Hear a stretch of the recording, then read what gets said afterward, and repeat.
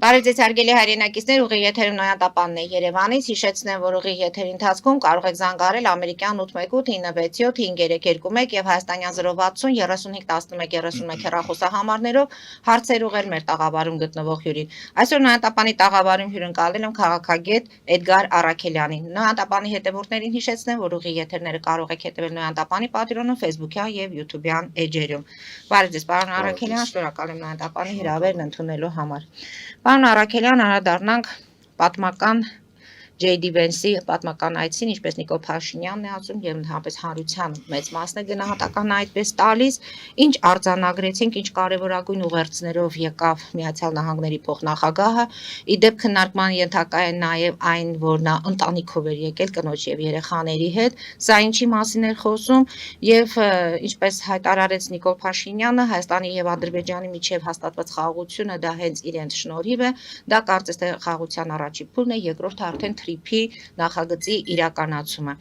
Այս պահի դրությամբ, որքանով մենք տեղեկացված ենք, J.D. Vance-ը դեռ Բաքվում է եւ Բաքվից մեկնելու է Միացյալ Նահանգներ եւ պետք է սպասենք արդեն որոշակի կամ հայտարարությունների կամ գործընթացների։ Մի խոսքով, պատմական այցեր, ինչ արձանագրեցինք եւ կանդրադառնանք ընթացիկ, այսպես ասած, ընդդիմության գնահատականներին, թե որքանով են դրանք իրականությանը համապատասխանում։ Նախ նշեմ, որ իհարկե այցը պատմական էր, դրա մասին ասեց նաև նույն ինքը J.D. Vance-ը։ Այստեղ նաև խորհրդանշական որոշակի բաներ կան, մեր մամուլը կարծեք ուշադրություն չդարձրեց, որ հենց Երևանում J.D. Vance-ը իր սոցիալական ցանցում գրառում կատարեց, որ իրենք սպասում են իրենց 4-րդ երեխային։ Դրա մասին չէ։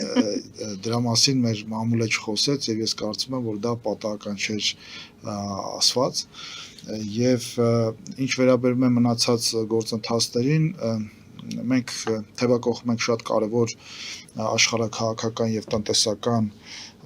տարածաշրջանային զարգացումների փուլ, որտեղ կան Հայաստանի համար բացված լայն հնարավորություններ եւ այդ հնարավորություններից մենք պետք է օգտվենք։ Դրանք նախ եւ առաջ տնտեսական են եւ բնականաբար քաղաքական։ Հայաստանը իր պատմության երկար տարիների ընթացքում ունենում է, այսինքն ստանում է հնարավորություն, որից ես կարծում եմ պատմական հնարավորություն, որից ես կարծում եմ պետք է օգտվել եւ որից չօգտվելը կնշանակի ուրեմն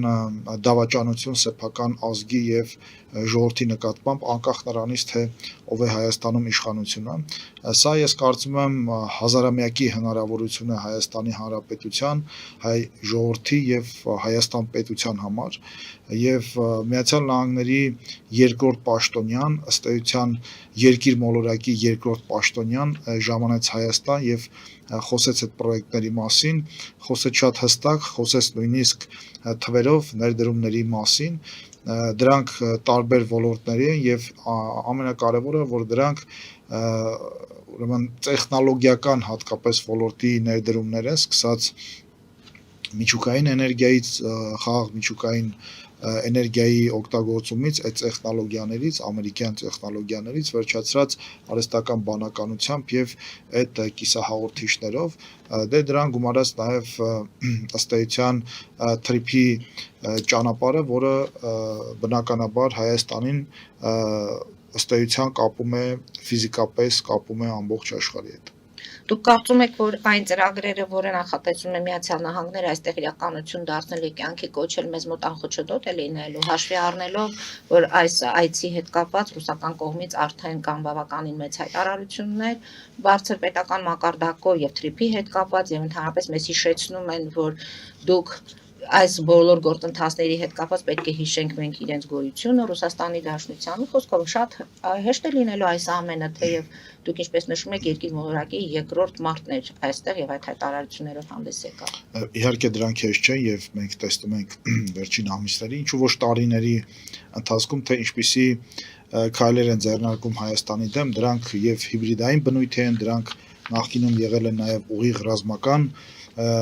գործողությունների ձևով եւ այսօր մենք բարեբախտաբար հասել ենք այնպիսի մի կետի, երբ որ մեր պետությունը ունի որոշակի դիմադրողականություն, դա պայմանավորված է մի շարք գործոններով, նախ եւ առաջ մեր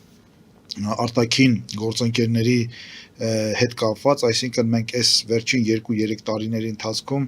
փաստացի ձեռք ենք բերել նոր գործընկերներ, որը հնարավորություն է տալիս մեզ արտաքին քաղաքական ճակատում լինել շատ ավելի վստահ։ Դրան գումարած մենք նաև ներքին պոտենցիալն ենք զարգացրել ռազմատեխնիկական առումով, դուք տեսել եք վերջին օրերին Պաշտպանության նախարարության կողմից հրապարակված այդ զենք զինամթերքի ցուցադրությունը,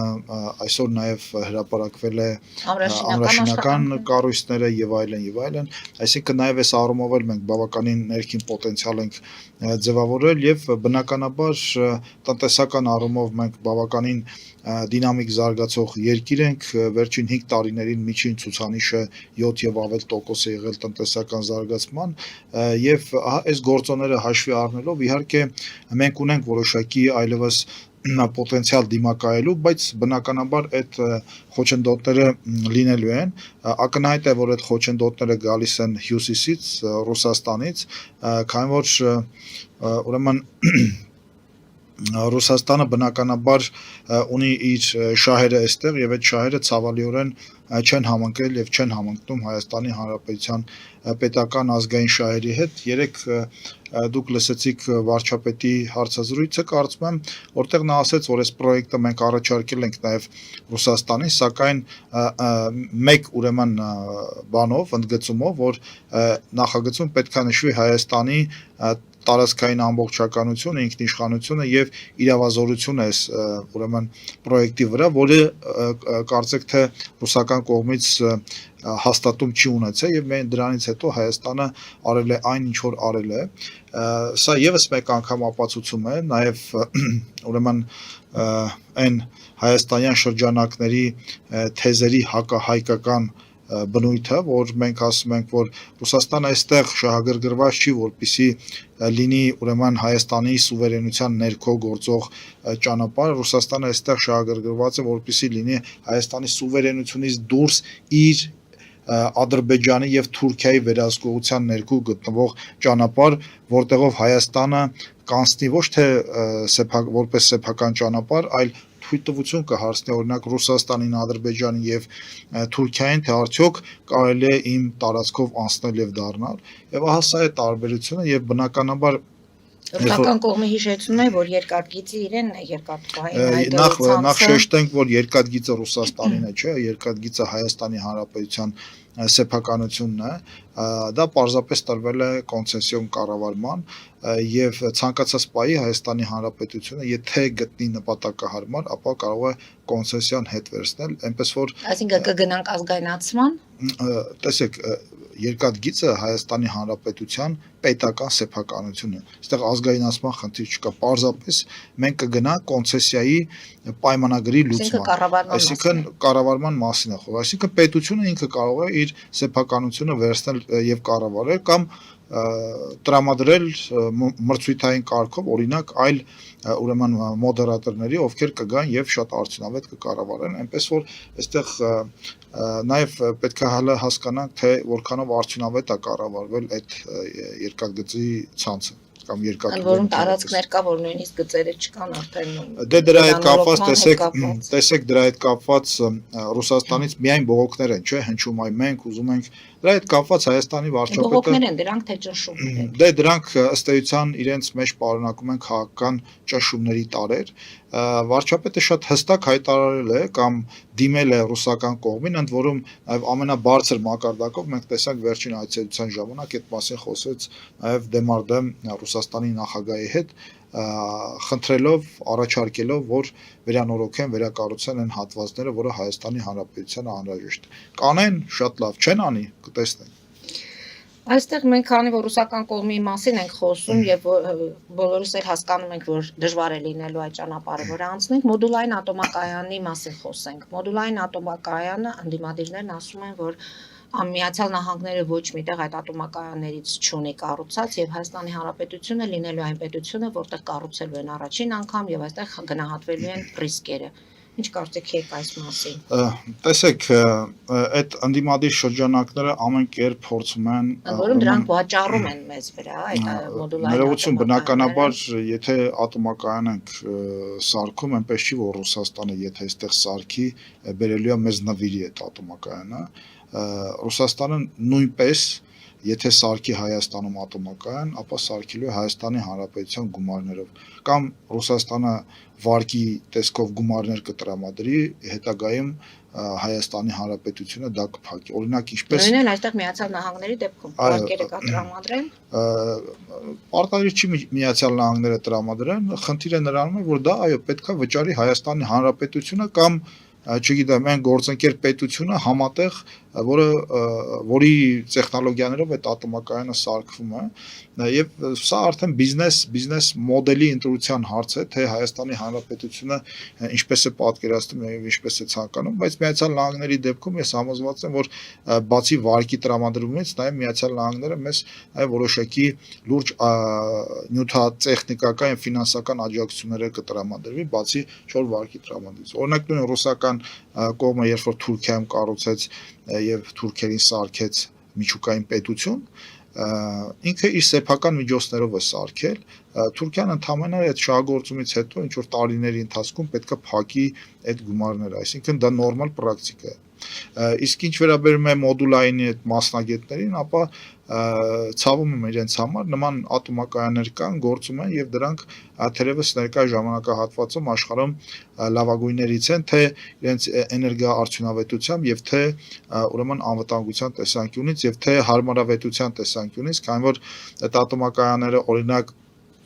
եթե մենք այսօր որոշում ենք կառուցել 600 մեգավատանոց ատոմակայան մոդուլային, ապա վաղը եթե անհրաժեշտություն լինի ավելացնել հզորությունները, մենք կարողանանք դրան զուգահեռ ավելացնել եւս օրինակ 300 մեգավատ ու այդպես շարունակ, այնպես որ սա լավագույն լուծումն է մեր համար բոլոր առումներով, թե ֆինանսական, թե արդյունավետության եւ թե ուրեմն անվտանգության տեսանկյունից։ Թրիփը կյանքի չի կոչվի առանց Ռուսաստանի։ Հերքում եք այս Դե թրիփը արդեն մտել է կյանքի կոչման գործընթացի մեջ եւ դա Հայաստանի եւ Միացյալ Նահանգների պրոյեկտն է եւ բնականաբար թրիփը իրականություն կդառնա։ Ինչ է ըստ էության նշանակում թրիփը դա նշանակում է Հայաստանի ուրեմն ապա շրջափակում, եթե ինչ որ մարդիկ կամ պետություններ գտնում են, որ իրենք խոչընդոտել են Հայաստանի ապա շրջափակմանը, ապա ես կարծում եմ այդ մարդիկ եւ պետությունները Հայաստանի բարեկամները չեն։ Եվ աշխատատեղերի մասին են չէ խոսում, հենց Վենսը ինքն էլ ասեց, որ բարգավաճում կբերի դա թե Հայաստանի ժողովրդին եւ ամերիկյան, քանի որ կբացվեն այստեղ բազմաթիվ աշխատատեղեր։ Աշխատատեղեր ասելով, օրինակ պարոն Լևոն Շիրինյանը ասում է, որ մենք պետք է այստեղ նայենք նաև մեր կրթության որակը եւ մասնագետների քանակը պետք է վերանայենք, որտեղ հնարավոր է, որ մեր ունեցած գիտելիքները եւ հնարավորությունները չհամապատասխանեն այն պրոյեկտին, որը առաջարկում է Միացյալ Նահանգները։ Դե բնականաբար, երբ որ երկիր է գալիս նոր տեխնոլոգիաներ, այդ տեխնոլոգիաները պետք է սպասարկվեն Հայաստանի Հանրապետության կողմից եւ համապատասխան գիտելիքների բացակայության պարագայում պետք է վերապատրաստվեն կրթական նոր ծրագրեր լինեն ու այս տեսանկյունից է սա շատ կարևոր է, քանի որ մենք ոչ միայն այդ տեխնոլոգիաներն ենք վերցնում, այլ մենք նաեւ այդ տեխնոլոգիաների գիտելիքն ենք վերցնում Բերեմ նույն հնդկական զենքի հետ կապված։ Այդ զենքին մենք չենք տիրապետում, ուրեմն երբ որ գործարքները տեղի ունեցան, այդ գործարքների շրջանակներում նաև վերապատրաստում են մեր զինված ուժերի համապատասխան կադրերը, որպեսզի հետո շահագործեն այդ զինտեխնիկան։ Նույնը ցանկացած տիպի տեխնոլոգիաներ, որոնք նոր են մոտ գործում երկիր, դրանց սպասարկման համար բնականաբար անհրաժեշտ, այսինքն պայմանագրով, պրակտիկան այդպես է, պայմանագրով ոչ միայն տվյալ պետությունը գալիս եւ կառուցում է օրինակ դիցուկ ատոմակայանը, այդ պայմանագրով նաեւ պարտավորություն կա, որ ինքը վերապատրաստում է նաեւ ամբողջ այդ կադրային բազան, եւ սա նորմալ է եւ սա դրական է, քանի որ կրկնեմ մենք էլի ձեռք ենք բերում նոր հնարավորություններ արդեն գիտելիքի առումով։ Պարոն Արաքելյան, տեսեք, ամեն երկրորդ խոսքի կամ հայտարարության մեջ խաղաղությունն է հիմնական մեխը եւ նույնիսկ թրիփը հետ կապված Վենսը համարում է, որ նա աննախադեպ պայմաններ է ստեղծում Հայաստանի եւ նրա հարևանների միջև այդ կապերի հաստատման եւ այդ կապերը հնարավորություն կտան հենց ստեղծելու երկարատև խաղաղությունը։ Խաղաղությունը մենք գիտենք, որ ամեն դեպքում խաղաղության պայմանագիր չկա։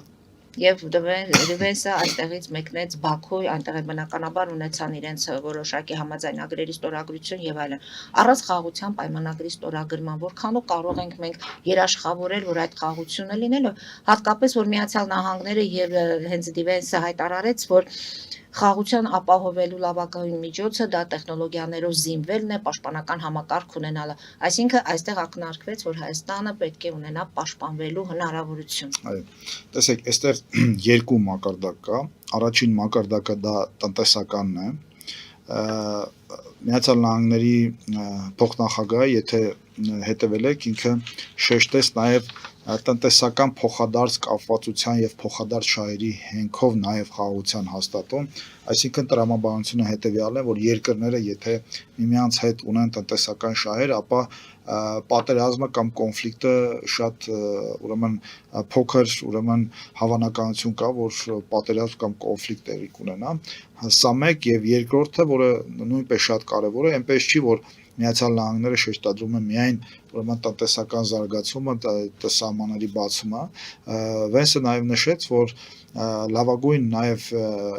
խաղաղության համար լավագույն միջոցը նաև զսպան հնարավորությունների արկայությունն է, իսկ զսպան հնարավորությունների արկայության համար անհրաժեշտ են ժամանակակից տեխնոլոգիական զենքեր, իսկ այդ զենքերը ունի Միացյալ Նահանգները։ Նա ասեց այն ենթատեքստում, որ Միացյալ Նահանգները պատրաստ է Հայաստանին այդ առումով էլ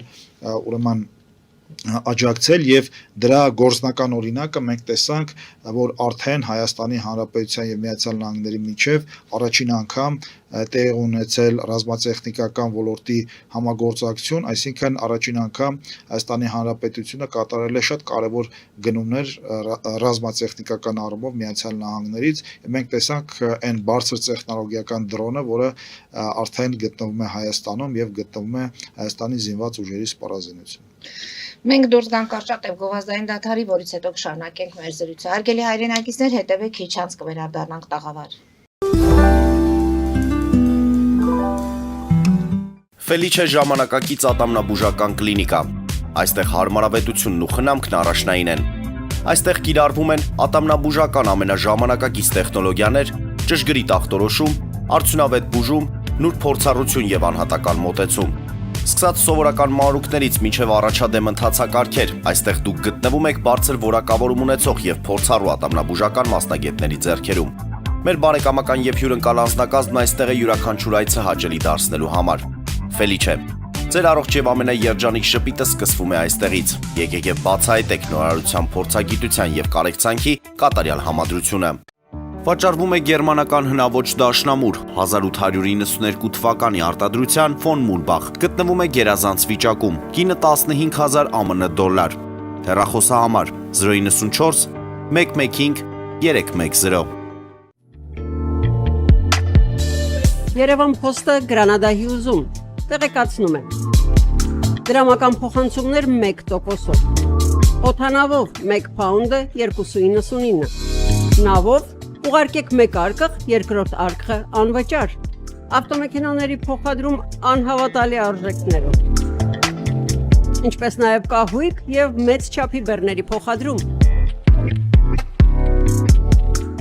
Ջաքփաթ հագուստի խանութը երկրորդ մասնաճյուղն է բացել Գլենդելի սրտում, որտեղ կարող եք ձեռք բերել եվրոպական եւ ամերիկյան ընտիր հագուստեղեն, կոշկեղեն, աքսեսուարներ, պայուսակներ ամենահարմար արժեքներով։ Նաև կարող եք ցանկացած ապրանք պատվիրել եւ ձեռք բերել կարճ ժամանակում։ Ջաքփաթի Գլենդելի հասցեն է 1135 North Pacific Avenue, հեռախոս 818 813 2252։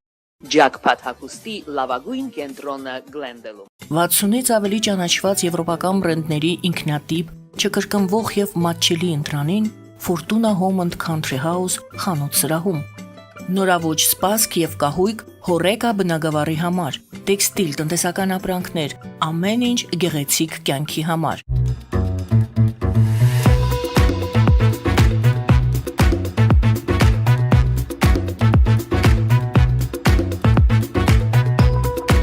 Արարատ ռեստորան, ընտանեկան եւ ընկերական ժամանցի լավագույն հասցե, սիրված արտիստներ, հյուրընկալ մթնոլորտ, հարուստ ճաշացան, անմահական խորտիկներ, Արարատ ռեստորան, հասցեն անփոփոխ, սիրով սպասում ենք ձեզ։ Լավագույն պաղպաղակ, բնական, համեղ եւ մատչելի գներով պաղպաղակը կարող եք ձեռք բերել բոլոր հայկական խանութներում։ Պահանջեք հայկական պաղպաղակ, Թամարա պաղպաղակ։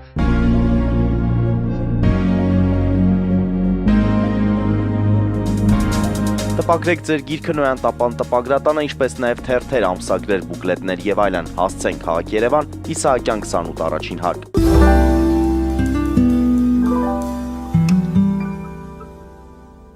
Արգելի հայրենակիցներ, Նոյան տապանը կրկին եթերում է եւ հիշեցնեմ, որ իմ հյուրն է քաղաքագետ Էդգար Առաքելյանը։ Պարոն Առաքելյան, դիվեսի այցի ամփոփենք, փաստորեն նամակներ փոխանցվեցին, ակցիաներ փոքրիկ իրականացվեցին, հիշեցրեցին բանտի Բաքվում մեր գտնվող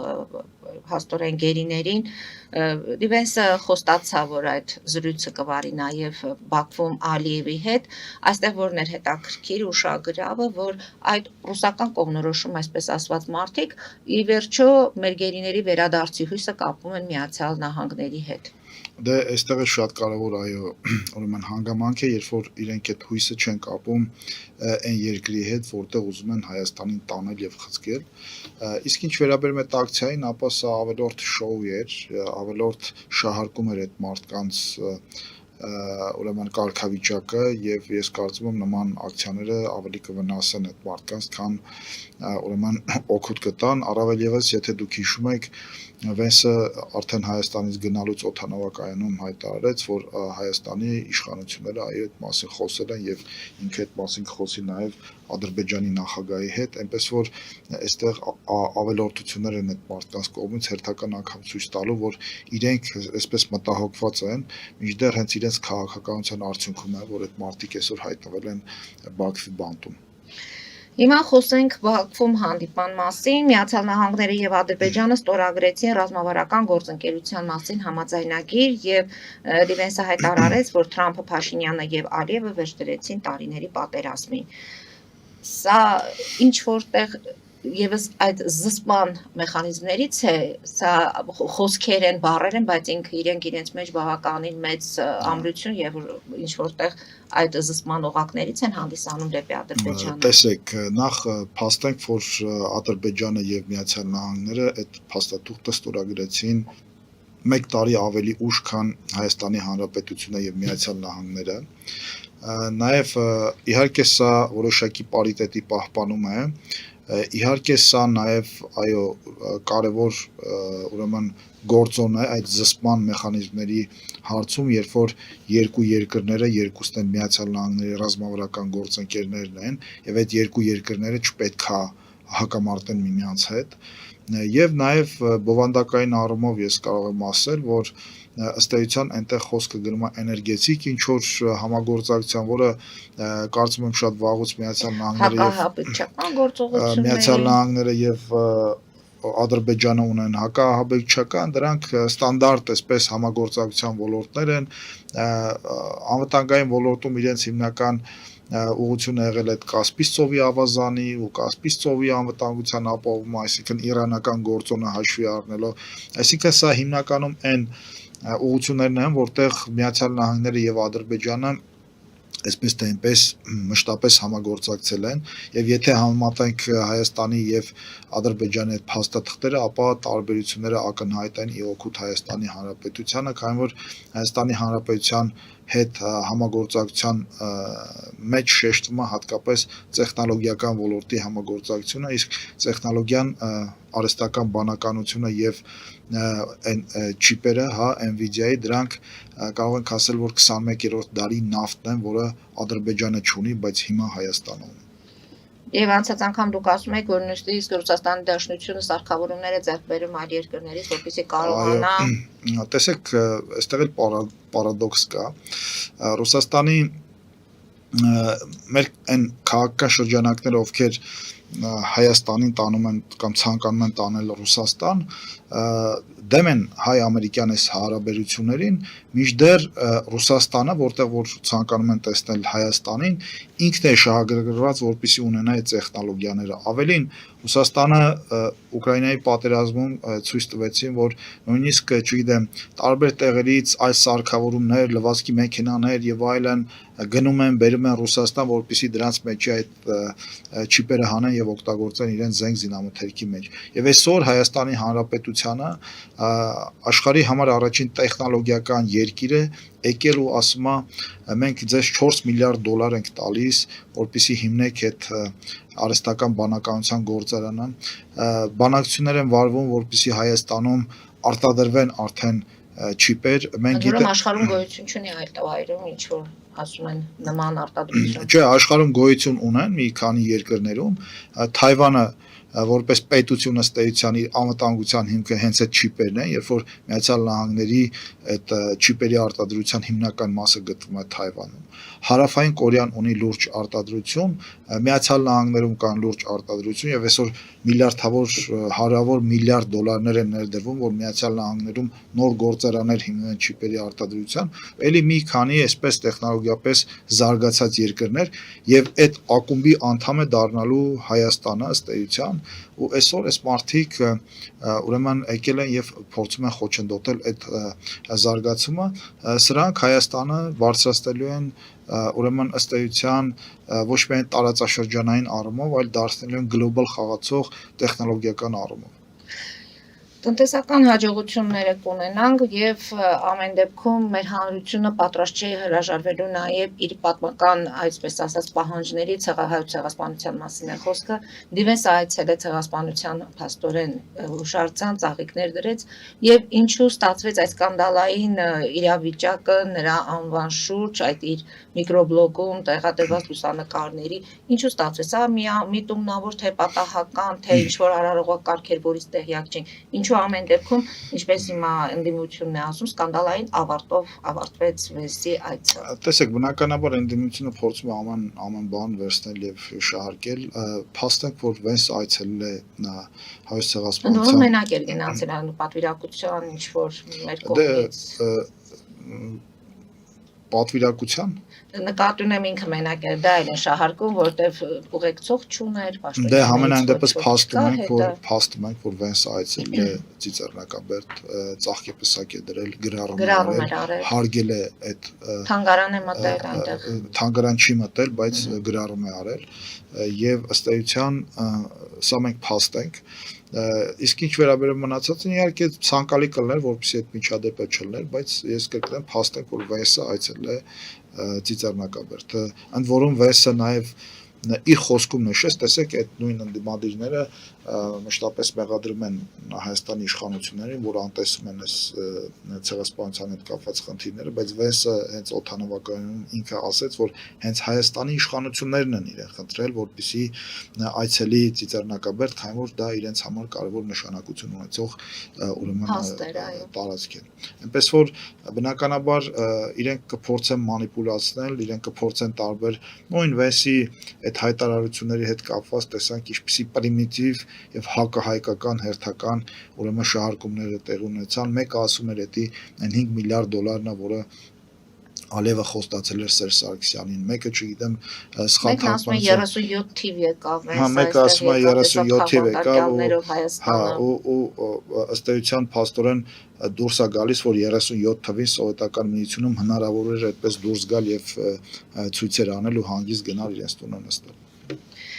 Կհետևենք ամեն դեպքում այս ծրագրի հետ կապված, որտեվ որքան էլ ներդրումներ են լինում, մեր կողմից անելիքները բավականին շատ է, պետք է լինել հետևողական, պետք է պատրաստվել, որտեվ եթե կիսատ թողնենք որոշակի հատվածում, մեծ առումով, եթե մենք հատկապես դիտարկում ենք օգոստոսի 8-ից հետո տեղի ունեցող իրադարձությունները, ապա կտեսնենք, որ դինամիկան բավականին արագ է եւ մեր կողմից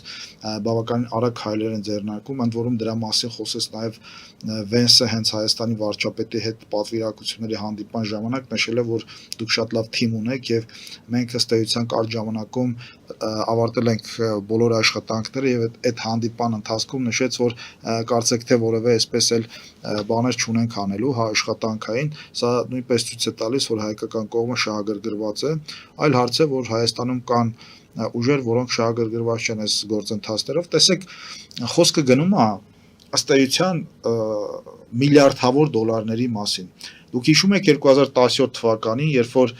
Կարեն Կարապետյանը եւ Սամվել Կարապետյանը եկել էին Հայաստան եւ 800 միլիոն 850 միլիոն դոլարով ուզում էին դա երկիրը էլի վերցնեին։ Պատկերացնում եք տարբերությունը 800-850 միլիոն դոլարի եւ միգուցե տասնյակ միլիարդ դոլարների ու ընդ որում այդ 800-850 միլիոն դոլարը այդպես էլ մենք չտեսանք։ Ես ուզում եմ մեկ այլ այսպես համեմատություն անեմ Վերջերս Սամվել Կարապետյանի Զարմիկը այցելել էր իրենց սրբիչի գործարաններից մեկը եւ այսպես հպարտորեն հայտարարում էր, որ այ տեսեք սրբիչի գործարան կա, սրբիչի գործարան ենք հիմնել ու մենք դա համեմատում ենք Վենսի այցելության հետ, որտեղ ասվում է, որ մենք օրինակ 4 միլիարդ դոլար ենք ներդնելու, որպեսզի Հայաստանում արհեստական բանականության կենտրոն լինի, որը ոչ միայն տարածաշրջանային է, այլ նաև գլոբալ նշանակության կենտրոն է լինելու, ու այստեղ պետքա մեր հասարակությանը հարց տանք։ Մենք ուզում ենք սրբիչի գործ, իհարկե հարգանքով ուրեմն տեքստիլի ոլորտի բոլոր մեր ներդրողներին, բայց տեքստիլը չէ, որ մեր նման փոքր երկրներին կամ սրբիչի գործարանը չէ, որ պետքա դուրս բերի ուրեմն այս խնդիրներից։ Մեր զարգացման արագ տեմպերը ապահովում են այդ նման խոշորագույն տեխնոլոգիական ներդրումները, ոչ թե սրբիչի գործարանները, այո, իրանց ուրեմն հնարավորությունները սրբիչի գործարանն է, բայց մեր առաջարկը եւ մեր ցանկությունը տեխնոլոգիական խոշորածավալ միլիարդների ներդրումներն են։ Ահա սա է տարբերությունը մեր առաջարկածի եւ իրենց առաջարկածի։ Հարգելի հայրենակիցներ, Նոյանտապանը կրկին եթերում է եւ ինչպես խոստացել ենք, լսենք մեր հեռուստադիտողներին։ Լսում ենք ձեզ, դուք եթերում եք։ Լսում ենք ձեզ։ Բարև ձեզ։ Ես մի կարճ հարց տամ հյուրին, ինչ մասնագետ է ձեր հյուրը, կարելի է մատ իմանալ։ Շնորհակալ ենք։ Հարցը ունեք հետո ասելու։ Ես քաղաքագետ եմ։ Մասնագիտությամբ քաղաքագետ։ Մասնագիտությամբ քաղաքագետ։ Ավարտել եմ Երևանի պետական համալսարան։ Խոսում եմ տարբեր տեխնոլոգիաներից եւ գաղափար չունի դրանց մասին։ Տեսեք, այդ մոդուլային կայանները, եթե համատենք գույություն ունեցող ատոմական հետ, այդ նույն բանն է, որ ասենք թե ձեռքի սղոցը համատենք էլեկտրական սղոցի հետ։ Եթե այս մարդը քաղաքագետ է, տեխնոլոգիայից գաղափար չունի, ինչի է չհասկացած բաներից խոսում։ Լավ, եկեք վիրավորական խոսքերի ես պատասխանեմ։ Դուք հիմա կպատասխանեք առանց իրեն, որտեվ նախ ես նշեցի, որ ես մասնագետ չեմ, Սա ուղղակի բոլորն են կարծիք հայտնում։ Այդ տեխնոլոգիաների ես իմ կարծիքը հայտնել եմ այն մարդկանց կարծիքի հիման վրա, ովքեր մասնագետ են եւ ասել են, որ այո, այդ մոդուլային ատոմակայանները այսօր մեր պետության համար շատ ավելի ձեռնտու են, շահեկան են բոլոր առումներով, քան այն ներկայիս փորձագետներն են ասում, քան այն ներկայիս սովետական հին 70-ականների կառուցված ատոմակայանը։ Պարոն Առաքելյան, ամեն դեպքում այս ծրագրերի հետ կապված մենք անելիք ունենք եւ կհետևենք, քանի որ Սփյուռքում են մեր հաղորդումը դիտում, իսկ ինչ կասեք Սփյուռքից գործարարների ներդրումների մասին Հայաստան։ Արդյոք սա լավ առիթ չէ, որպեսզի Ընդհանրապես, տեսեք, մի պահ վերանանք թրիփից եւ մյուսից, ընդհանրապես եթե Հայաստանի Հանրապետությունում միջավայրը բարելավվում է բիզնես, իսկ այդ միջավայրը բարելավել է առնվազն 18 թվականից, առնվազն Հայաստանում չկան մարդիկ այսօր, ովքեր գնում եւ 50-50 փայ են մտնում բիզնեսների մեջ եւ ըստ էության Հայաստանի տնտեսությունը բաժանված չի, այսպես քվոտավորված չի տարբեր ընտանիքների միջև։ Բայց հարկերն են բարձր, միջին մանր բիզնեսի համար դրանք էլ փակվում են զուգահեռ։ Դե տեսեք, ես կարծում եմ, որ հարկային, վարկային քաղաքականությունը մի երևույթ է, որը ժամանակի ընթացքում փոփոխվում է, լրացվում է, այսինքն ինչ որ ժամանակահատվածներում այդ ուրեմն որոշակի վերանայումներ լինում են, բայց գլոբալ առումով մենք կարող ենք ասել, որ Հայաստանում այսօր ստեղծված է լավ տնտեսական միջավայր եւ առաջիկա գործընթացները, ապա շրջափակումը, թրիփը եւ այլն մեծ առումով ուրեմն շատ ավելի մեծ հնարավորություններ կստեղծեն Հայաստանի համար եւ գործարարների համար Հայաստանում բիզնես անելու եւ ես կարծում եմ, որ այդ ծրագրերի իրականացումից հետո մենք շատ ավելի մեծ բիզնեսներ հոսքեր կունենանք Հայաստանի Հանրապետությունում, դրանք կլինեն մեր հայրենակիցները Սփյուռքից, թե ընդհանրապես օտարազգի ներդրողներ։ Պարոն Առաքելյան, մեր հերոստատիտողներին հիշեցնենք նաև, որ դուք պատգամավորության տեխնացություն ունեք փաստորեն, երեկել արդեն համացանցում ձեր ընտրական թիվն եք հրապարակել 013։ Այո, ես շատ բան չեմ կարող ցավոք սրտի դեռ ժամանակը խոսել, խոսենք, շատ բան չեմ կարող խոսել, այո ճիշտ ասեցիք, ես պարզապես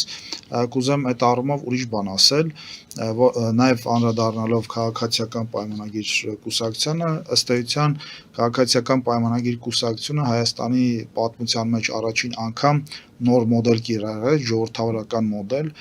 ըստ որի ոչ թե մեկ կամ մի խումբ մարդիկ են նստում որոշում, թե ցուցակում ովքեր պետք է հայտնվեն, այլ հնարավորություն տրվեց հարյուրավոր մարդկանց գալ ինքնաառաջադրվել եւ նաեւ հնարավորություն տրվեց կուսակցության ակտիվին հենց իրենք ընտրեն այն մարդկանց, որոնց ցանկանում են տեսնել ուրեմն խորհրդարանում եւ սա բացառիկ երևույթ է, սա ներկուսակցական ժողովրդավարության շատ կարևոր դրսևորում է, քանի որ այստեղ էլ շատ կարևոր է, որպեսզի կուսակցությունների ներսում ժողովրդավարության որոշակի մինիմում ուրեմն շեմ լինի, քանի որ եթե կուսակցությունները ավտորիտար են եւ եթե մի օր նրանք հայտնվում են իշխանության, ապա այդ ավտորիտար կառավարման, ներկուսակցական մոդելը պրոյեկտվում է նաեւ պետության կառավարման վրա եւ հետեւաբար սա շատ կարևոր հանգամանք է մեր քաղաքական ինստիտուտների ու քաղաքական համակարգի համար։ Աստորեն դուք ձեր ընտրությունն եք արել քաղաքացիական կուսակցության քաղաքացիական պայմանագրի հետ եք շարժվելու եւ ես 2018 թվականից ուրեմն թիմի հետ եմ հեղափոխության առաջին իսկ օրերից եւ բնական է նաեւ որ ես իմ ընտրությունը այդպես պետք է կատարեմ։ Նարեկ Կարապետյանն ասում է, որ ժամանակն է ունենալ ուժեղ առաջնորդի, ով ոչ թե կնվիրի երկրին, այլ կվերցնի։ Սա ինչի մասին է խոսում։ Ներողություն չհասկացա ինչ կնվիրի երկրին։ Կնվիրվի երկրին, կնվիրի երկրին, այսինքն հնարավորությունները կնվիրի, միջոցները կնվիրի եւ ոչ թե կվերցնի, այսինքն այս իշխանությունները վերցնում են, տանում են, թալանում են։ Տեսեք, միայն Նարեկ Կարապետյանից ղեկավարած հեծի օրինակը ցույց է տալիս, որ իրենք ոչ միայն չեն նվիրել երկրին, այլ ընդհակառակը իրենք այդ շատ կարևոր ներողություն հետո տեսել եք ինչ որ նախկին իշխանավորներից որևէ մեկին ով հաստատել է իր մեղքը ինչ որ մի բանում կամ փաստեր չէ հստակ փաստեր կան որ Նարեկ Կարապետյանենց այդ ընտանիքը հեծի օրինակով ապացուցել է որ ոչ միայն չի տվել երկրին այլ նաև վերցրել է տարբեր ձևերով եւ հեծի կառավարումը դրա վառ օրինակ Ամեն դեպքում երկրի ներքաղաքական կյանքում որ ուժեր եք համարում, որ պետք է գնան ընտրությունների եւ ովքեր ունեն այդ իրական անդիմություն ձևավորելու հնարավորություն։ Տեսեք, անդիմադիր դաշտում, այսպես պայմանական անդիմադիր դաշտում, ովքեր այսօր հավաքվել են, Ռոբերտ Քոչարյան, Սամվել Կարապետյան, այլ ուժեր կգան, ես իրենց ըստ էության անդիմադիր չեմ համարում, քանի որ սրանք ուժեր են, ովքեր փաստացի տորպեդարում են Հայաստանի զարգացման հեռանկարները, ավելին այս ուժերը տարբեր դեմքերով հանդես գալով միևնույն է իրենց հիմնական թեկնածուն լինելու է Ռոբերտ Քոչարյանը քանի որ այս ուժերը սպասարկում են Ռուսաստանի շահերը, իսկ Ռուսաստանի համար Հայաստանում վարչապետի միակ լավագույն թեկնածուն դա Ռոբերտ Քոչարյանն է, ով ժամանակի ընթացքում ապացուցել է, որ հավատարիմ է Ռուսաստանին, ով ժամանակի ընթացքում ապացուցել է, որ կարող է պարտքի դիմաց, փոքր պարտքի դիմաց հսկայական գույք նվիրել Ռուսաստանին, ով ապացուցել է, որ կամ ապացուցում է, որ այսօր էլ ինքը պատրաստ է թրիփը արգելակել եւ այդ ուրեմն նոյեմբերի 9-րդ կետով այդ ծրագիրը իրականացնել, ով խոսել է եւ ըստ էության չի հերքել, որ ինքը ցանկանում է, որ Հայաստանը լինի ռուս-բելարուսական միութենական պետության անդամ, այսինքն սա մարդ է, ով պատրաստ է իրականացնել ռուսական կողմից ցանկացած պահանջները Հայաստանի հետ կապված եւ ես համոզված եմ, որ իրենք երբ որ ասում են մենք Գյումրիի սցենարն ենք ուզում իրականացնել, տեսեք այսօր իրենք փորձում են նույն Կարապետյանները դիստանցավորվել Ռոբերտ Քոչարյանից, Սերժ Սարգսյանից եւ այլն, ավելին միգուցե ինչ որ մի ժամանակ մենք տեսնենք, որ այսպես կոշտ հայտարարություններ միմյանց հասցեին հնչեցնեն, սա լավ նախագծված պլան է, ցույց տալու, որ այս մարդիկ իրոք հակասություններ ունեն միմյանց հետ, բայց համոզված եմ, որ եթե իրենք հավաքեն որոշակի ձայներ ու հնարավորություն ունենան օրինակ իշխանություն վերցնել Հայաստանում, ապա Մոսկվայից հնչած մի զանգի պարագայում իրենք բոլորը այսպես մի գծով կշարվեն եւ Հավսար զգաստ հրամանի ներքո Ռոբերտ Քոչարյանին կդարձնեն Հայաստանի Հանրապետության ղեկավար։ Եվ հետեւաբար այս երբ որ ասում ենք ընդդիմություն, ես այդտեղ ընդդիմություն չեմ տեսնում, ես այդտեղ տեսնում եմ նախկին կլանային համակարգի ներկայացուցիչներ, ովքեր էլի ուզում են գան իշխանության։ Հարգելի հայրենակիցներ, Նոյանտապանը կրկին եթերում է, զանգը կար, իմ այս պահին չեմ տեսնում եւ մի խնդրանք, ովքեր որ այս պահին մեզ կմիանան, խնդրում եմ կարճ ձևակերպել հարցերը, որպեսզի կարողանանք նաեւ պատասխանել։ Զանգ լինելու դեպքում ես անպայման կվերցնեմ։ Փաստորեն ամփոփենք, Միացյալ Նահանգների հետ մեր հարաբերությունները գնալով խորանում են, Ռուսաստանի Դաշնության հետ մեր շահերը, Ռուսաստանի Դաշնության, ինչպես Նիկոլ Փաշինյանը երեք հարցազրույցում ասեց, Ռուսաստանի շահերին վնասելը չի լինելու հայկական օրակարգում, որևէ մեկը մեզ չի կարողանալու ներքաշել Ռուսաստանի Դաշնության դեմ գործելու տրամաբանության մեջ։ Մենք երբեք չենք գործելու Ռուսաստանի Դաշնության դեմ, գործելու ենք Հայաստանի Հանրապետության շահերում։ Մենք զանգ ունենք, իմ հարցը թող մնա։ Լսում ենք ձեզ, դուք եթերում եք։ Լսում ենք։ Բարի ձեզ։ Այո, ուրեմն հարցը սարսկությունն է։ Այս վերջերս այս մեր ժողովուրդը չգիտեմ, մնակ պահանջող է եղել, sense կոպիտ ասած ձվի հավքիդի մեջ մազամանգալի։ Մարդիկ Իսրայելը բերեց դրոներ, Սարգսյան ժամանակ դրոներ առաջարկեց, Սարգսյան ասեց մենք դրոների պետք չունենք։ Ալիևը վեկալավ եւ մենք հաստող երկիր էինք, շրջանում ամենահզոր բանակ ունեն Կովկասում։ Ինչ արեց, բերեց կոտորեց։ Դեպի ժամանակ էլ 3-4 օրվա քանի օրվա պատերազմն էր, էլի հաստող դուրս եկավ 44-ը պատերազմ նորից հաստող դուրս եկավ։ Հիմա մարդիկ դերել են եւ Ամերիկան Միացյալ Նահանգներ, որ լսում եք աշխարհում ասում է, «Էս պետք է ոչ մեկը դեմ չի եսում»։ Չի կարող բան անել։ Եկեք ասում է դեպի առաջարկություն անում, ասում է Լավ, ձեր հարցը։ Հարցը սենա, որ չգիտեմ ինչ է ուզում ես մեր ժողովուրդը։ Հասկանալի։ Ամենաուժեղ երկիրը եկել է առաջարկում է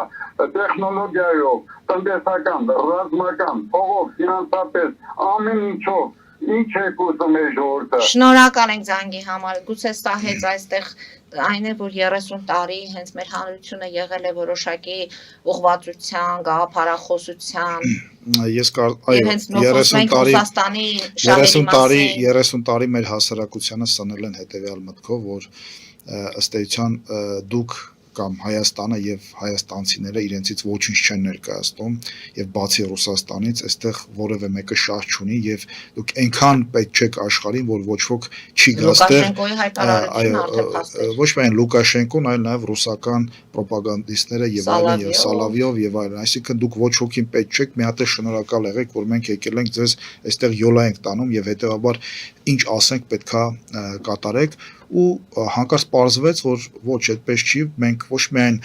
կարևոր ենք, այլ շատ կարևոր ենք, այնքան կարևոր ենք, որ Միացյալ Նահանգների երկրորդ պաշտոնյան գալիս է այստեղ ու բազմամիլիարդ թանոց դոլարների,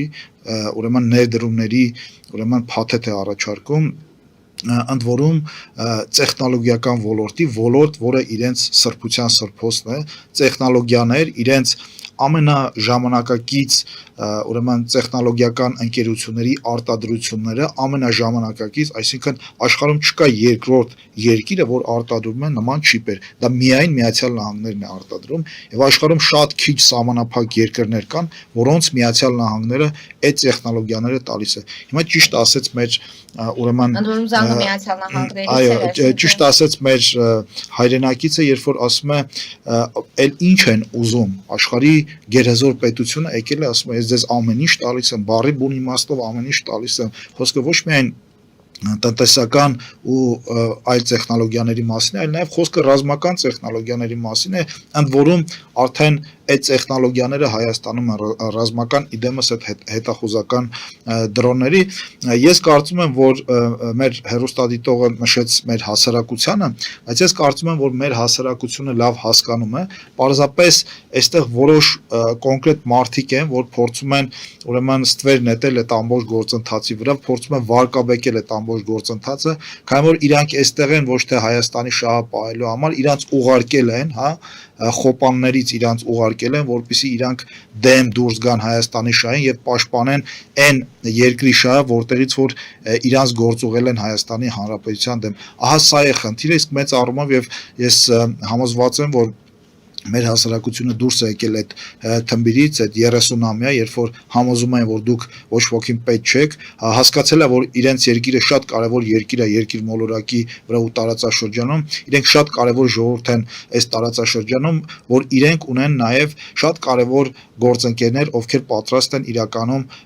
օրինակ իդեմս Միացյալ Նահանգների Եվրոպական միության, չգիտեմ Հնդկաստանի եւ այլ երկրների պատրաստ են իրական գործընկերություն ունենալ Հայաստանի Հանրապետության եւ նրա ժողովրդի հետ։ Եվ պարոն Առաքելյան վերջին հարցս Միացյալ Նահանգների համար այս տարածաշրջանում մենք ենք ամենահուսալի գործընկերը։